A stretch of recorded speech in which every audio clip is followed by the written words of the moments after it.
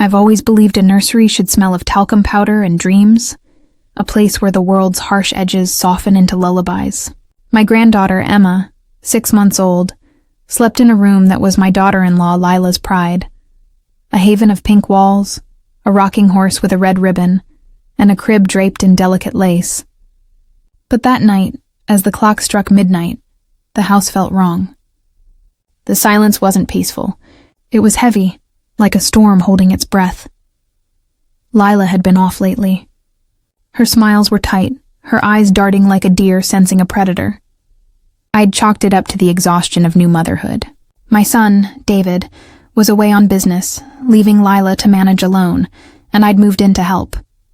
But as I crept past the nursery, drawn by an instinct I couldn't name, I saw it, a shadow moving behind the half-open door. My heart thudded, loud enough I feared it would betray me. I pressed my ear to the wood, the grain cool against my cheek. Lila's voice came through, low and frantic, each word a shard of ice. "You can't come here, not now. She's all I have." My breath stopped. Who was she talking to? Emma's tiny snores were the only other sound, soft and steady from the crib. I pushed the door open, the hinges creaking like a warning. Lila froze, her phone pressed to her ear, her face pale as the moonlight spilling through the window. "Auntie Mae," she gasped, the phone slipping from her hand. It clattered to the floor, the call still live, a man's voice crackling through the speaker, rough and angry. "Lila, you owe me. Don't forget!" I lunged for the phone before she could snatch it back. "Who's this?" I demanded, my voice sharper than a kitchen knife. "Nobody," Lila stammered, but her eyes betrayed her, wide and glistening with panic. I held the phone to my ear, and the man's voice growled again. "Lila, you better pay up or I'll take what's mine." I ended the call, my hands trembling so hard I nearly dropped the phone. "Lila, what's going on?"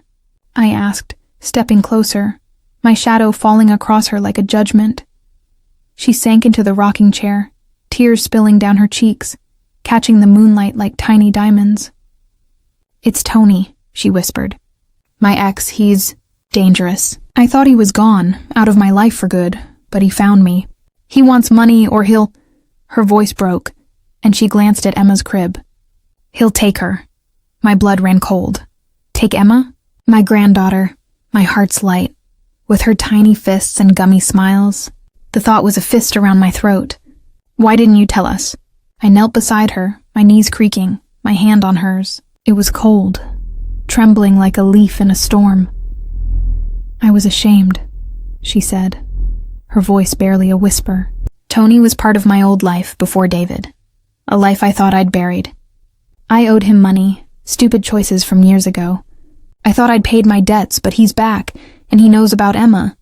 I held her, my mind racing like a runaway train. David, my son, was trusting Lila to keep their family safe while he was gone. I couldn't let this shadow destroy them.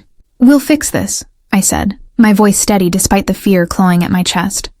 "But you tell me everything, now." Lila's story poured out like a river breaking a dam. She'd met Tony 7 years ago, when she was young and reckless, working odd jobs in a rough part of town. He was charming at first, but his charm hid a darkness.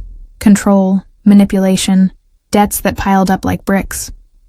She'd borrowed money from him to escape a bad situation, but the interest was a noose around her neck. When she met David, my kind, steady son, she saw a way out. She left Tony, changed her number, moved cities. But Tony had a long memory and a longer reach. 3 weeks ago, he'd found her, texting threats, demanding $10,000 she didn't have. And now he'd seen Emma. "He followed me to the park," Lila said, her voice breaking. "He took a picture of her in the stroller. He said if I don't pay, he'll take her to hurt me." I stood, my hands clenched into fists. Emma slept on, oblivious, her tiny chest rising and falling under a blanket embroidered with her name. No one would touch her, not while I drew breath. "We're not paying him a dime," I said. "We're ending this," Lila's eyes widened. "Auntie Mae, he's dangerous. He's got friends, people who'd do anything for him. I don't care if he's got the devil himself on speed dial," I snapped. "This is my family. We protect our own." The next morning I called David. His voice was groggy, the time difference making it midnight where he was. "Ma, what's wrong?" he asked, sensing the steel in my tone. "Come home," I said. "Now. It's Lila. It's Emma." He was on the next flight, his face pale and drawn when he walked through the door 12 hours later. Lila threw herself into his arms, sobbing, and I told him everything. His jaw tightened, his eyes darkening with a fury I hadn't seen since he was a boy defending his little sister from bullies. "Nobody threatens my daughter," he said, his voice low and dangerous.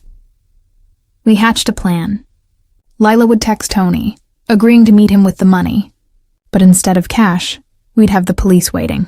I called my old friend, Detective Harris, who owed me a favor from years back when I'd helped his mother through a tough time.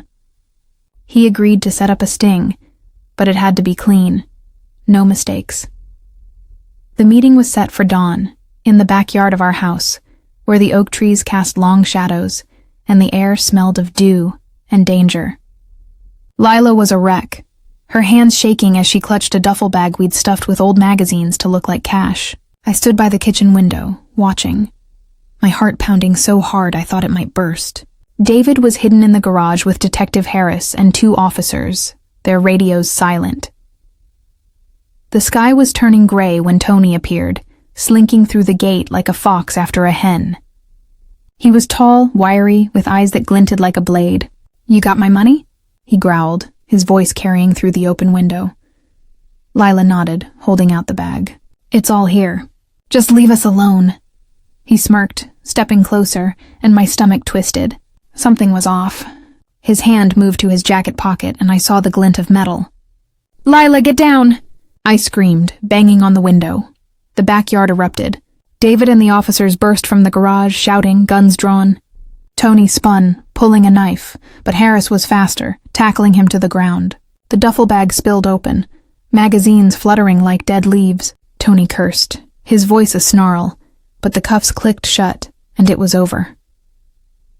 Lila collapsed, sobbing, as David wrapped her in his arms. I ran outside, my slippers sinking into the wet grass, and pulled them both close. Emma's cries echoed from the nursery, and I went to her, lifting her from the crib. Her warmth against my chest was a balm, a reminder of what we'd fought for. But the shadow lingered. Lila's fear didn't vanish with Tony's arrest. She flinched at every creak of the house, checked the locks twice nightly. David watched her, his love unwavering but strained, the weight of her secret heavy between them. I stayed on, cooking meals, singing to Emma, trying to stitch our family back together. One night as I rocked Emma to sleep, Lila came to me, her eyes red but resolute. "Auntie Mae," she said, "I don't deserve your forgiveness, but I need to earn it. I'm going to therapy, to fix what's broken in me. For Emma, for David." I took her hand, feeling the strength beneath her trembling. "Your family," I said. "We don't give up on family." Emma stirred, her tiny hand curling around my finger, and I looked at the nursery, its pink walls glowing softly in the lamplight. The shadow was gone, but its echo remained, a reminder that love is fierce, fragile, and worth every fight.